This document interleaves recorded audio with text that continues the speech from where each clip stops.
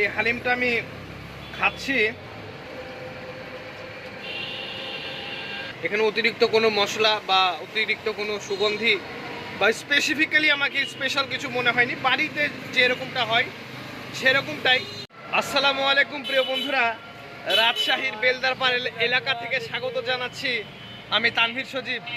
আজ চলার পথে ছোট্ট একটি ফুডকার্ট চোখে পড়ল এবং এই ফুডকার্টেই হঠাৎ করে দাঁড়িয়ে পড়লাম।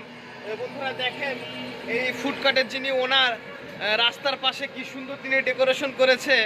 এই যে দেখতে পাচ্ছেন, আসলে তিনি একজন ক্ষুদ্র উদ্যোক্তা। তো আমরা সকলেই চাই যে ক্ষুদ্র উদ্যোক্তাদের পাশে থাকতে।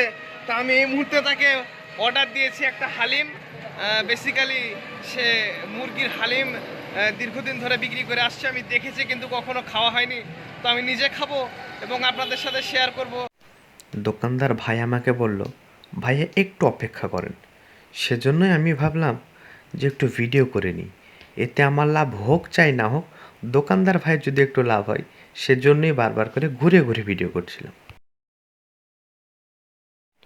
বন্ধুরা দেখতেই পাচ্ছেন কি সুন্দর এবং কত গাঢ় হয়েছে মুরগির হালিমটি। আমি বেশিক্ষণ অপেক্ষা করে থাকতে পারছিলাম না এবং দেখতে না দেখতেই কিছুক্ষণের মধ্যেই চলে এলো আমাদের কাঙ্ক্ষিত সেই হালিম।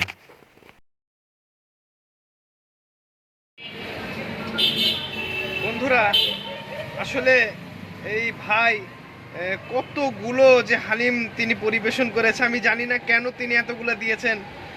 আসলে আমাকে এত দিল না, তিনি সবাইকে এতগুলো দেয়, আমি বুঝতে পারছি না। তা আমি এই মুহূর্তে আমি হালিমটা খাবো এবং অনেস্ট রিভিউ দেওয়ার চেষ্টা করবো ইনশাল্লাহ।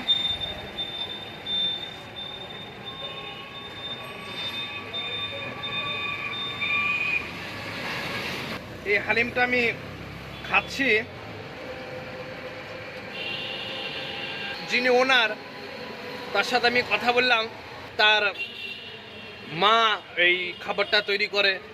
তো আসলে বাড়ির খাবার বাড়ির মতোই হয়, আসলে এক্সট্রা কোনো মশলা ব্যবহার করেনি। মানে একটা বাড়িতে যে এরকম হয় হালিম বা অভিভাবকরা যেভাবে তৈরি করে ঠিক সেরকমটা মনে হয়েছে আমার কাছে, সাদামাটা। এখানে অতিরিক্ত কোনো মশলা বা অতিরিক্ত কোনো সুগন্ধি বা স্পেসিফিক্যালি আমাকে স্পেশাল কিছু মনে হয়নি, বাড়িতে যেরকমটা হয় সেরকমটাই। তবে যে ডেকোরেশনটা তিনি করেছেন এই ফুটপাতের উপরে, সেটা বেশ অসাধারণ।